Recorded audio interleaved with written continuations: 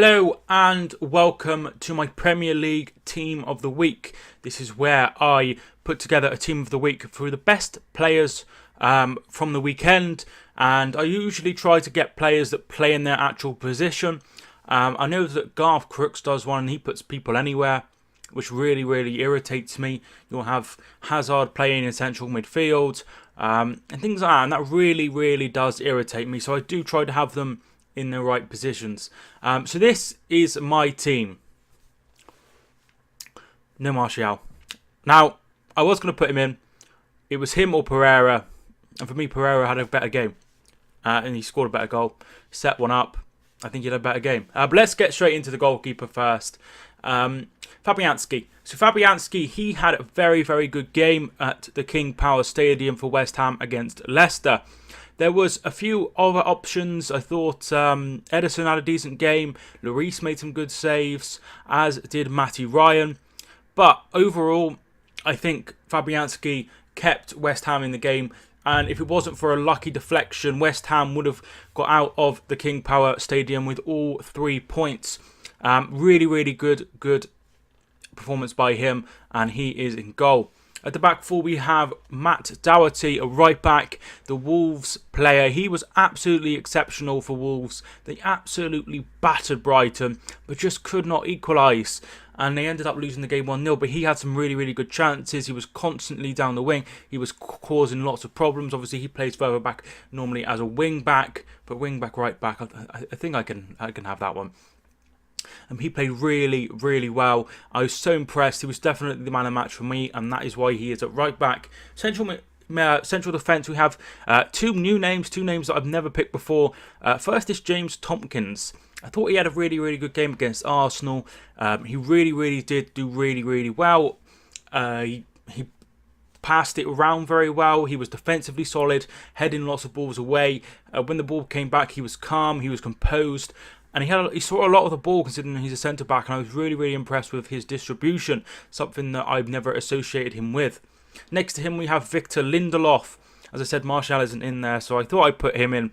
Very solid, and I've been impressed with him over the last few weeks. This is someone that I think is one of the worst players that Manchester United ever had signed just a few months ago.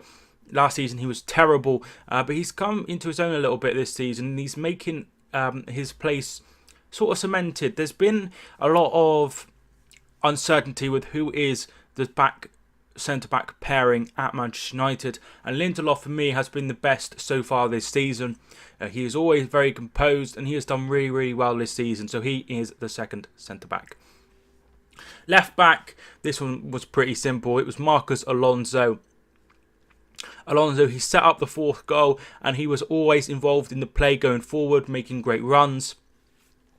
And if he didn't assist it, it was a key pass from him that caused the problems. He gave Loughton down the left-hand side absolute nightmares for weeks with his performance. He was constantly running down. He was constantly looking for the ball. Not only was he going down the wing, he was coming inside. He caused so many problems for Burnley, and he has been amazing under Sarri. A lot of people questioned whether he could do a role of playing as a left back instead of a left wing back, which he was utilised under Antonio Conte, but he has flourished under Sarri. We have another player that has flourished under Sarri as well in this team. Three midfielders, we go with Fernandinho first. Very clever player. He broke up play, he put his foot in, he made about 4 or 5 fouls, and you know when you have a foul and you think that is a good foul. That's what he did all night on Monday night against Tottenham. He took players out, he took the ball, he made a foul, and it was just like, yeah, I'm going to take the yellow card here because it doesn't really matter. I am going to cut up play, and there were so many good chances that he cut out. He was absolutely superb, and he was my man of the match yesterday as well. Another two midfielders we have. First of all, I'm going to talk about Lucas Torreira. Lucas Torreira has been absolutely phenomenal for Arsenal. He's come in and he has done what Arsenal have needed for years. Somebody gritty, somebody aggressive in that midfield, cutting out play, and that is exactly what he does every single week. He has been absolutely amazing for Arsenal so far. Really, really good signing. 11 million is an absolute steal.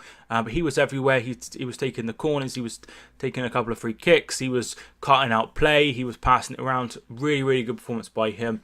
And next to him, we have probably my player of the round, and that is Ross Barkley. Now, Ross Barkley, when they signed him for Chelsea, I sort of laughed. I thought, that's a ridiculous signing. Really didn't understand it. And to be fair, I was right. Last season, didn't fit in, didn't get a chance under Conte. But this season, he's been given a new lease of life under Sarri. He has been phenomenal for Chelsea. And I really didn't see this coming. And I got to admire Sarri for giving him a go.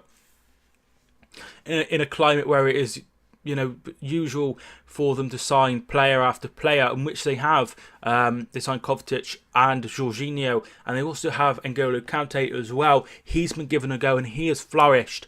Also, it's good to see Ruben Loftus-Cheek also flourishing in the last week as well.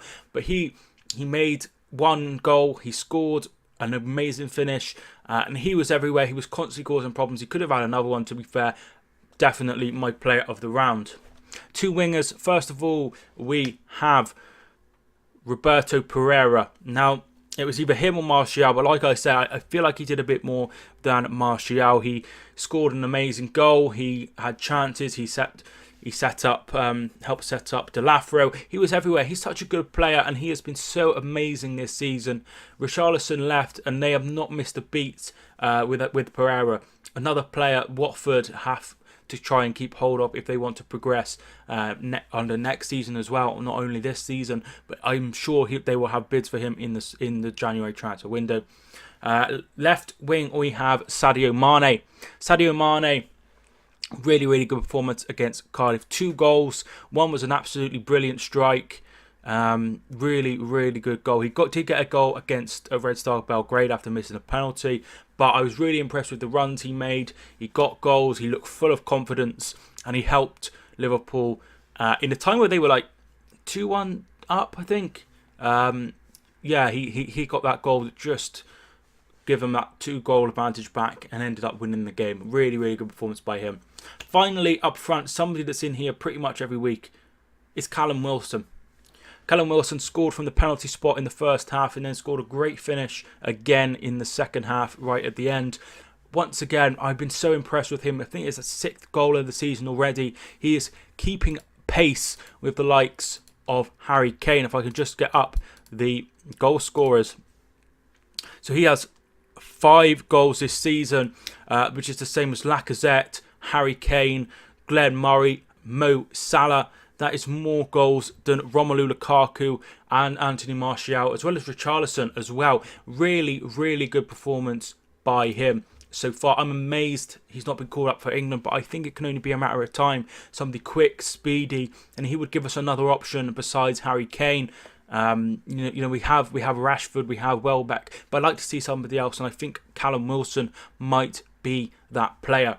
So just to go over it one more time, Fabianski in goal, back four Doherty, James Tompkins, Victor Lindelof and Marcus Alonso.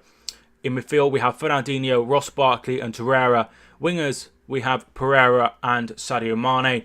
And up front we have Callum Wilson. Thanks so much for tuning in. Sorry I didn't do a review of the Premier League action this week.